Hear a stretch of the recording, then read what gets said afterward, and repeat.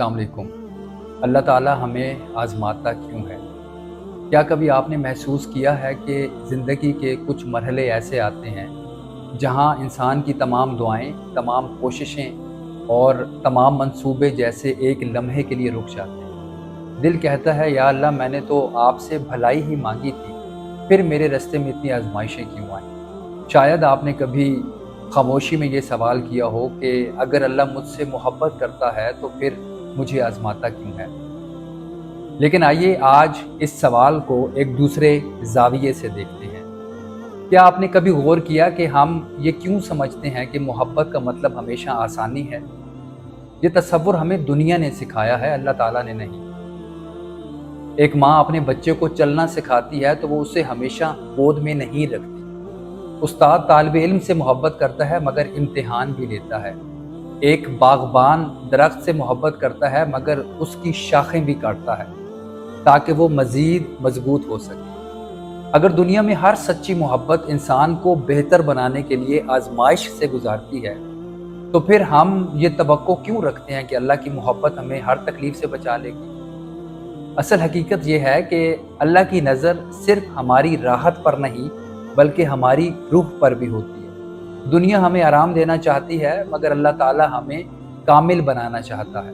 बाज़ औक़ात जिस चीज़ को हम मुसीबत समझ रहे होते हैं वो दरअसल हमारे नफ्स की तरबियत होती है, क्योंकि इंसान की असल कमज़ोरियाँ आसानियों में नहीं बल्कि आजमाइशों में खुलकर सामने आती हैं। तकब्बुर, बेसब्री, गरूर और दुनिया से हद से ज़्यादा वाबस्तगी, लोगों पर ज़रूरत से ज़्यादा भरोसा, ये सब चीज़ें अक्सर तब ज़ाहिर होती हैं जब ज़िंदगी हमारे मंसूबों के मुताबिक नहीं चलती।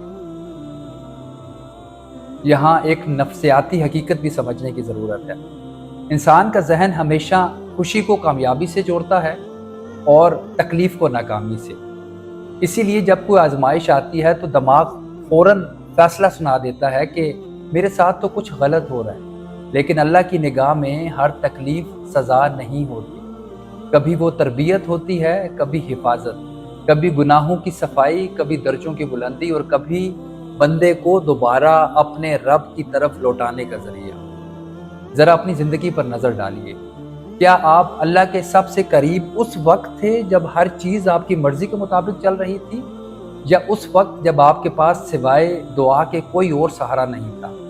हकीकत ये है कि इंसान की बहुत सी दुआएं खुशहाली में ज़ुबान से निकलती हैं लेकिन आजमाइश में दिल से निकलती हैं, और अल्लाह ताला दिल की आवाज़ को ज़्यादा जानता है।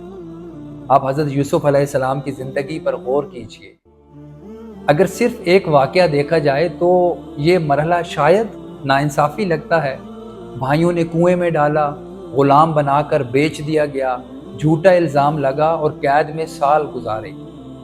अगर हम सिर्फ हर वाक़ये को अलग अलग देखें तो सवाल पैदा होता है कि या अल्लाह, एक नेक बंदे के साथ इतना सब कुछ क्यों? लेकिन जब पूरी ज़िंदगी सामने आती है तो मालूम होता है कि हर आज़माइश अगले लम्हे की तैयारी थी। कुआं ना होता तो महल ना आता, कैद ना होती तो मिस्र की हुकूमत ना मिलती। अल्लाह हर मरहला देख रहा होता है जबकि इंसान सिर्फ आज का दिन देख रहा होता है। अहले तसव्वुफ़ एक खूबसूरत बात कहते हैं कि अल्लाह आजमाइश से पहले आपकी ज़बान सुनता है मगर आजमाइश के दौरान आपके दिल को देखता है।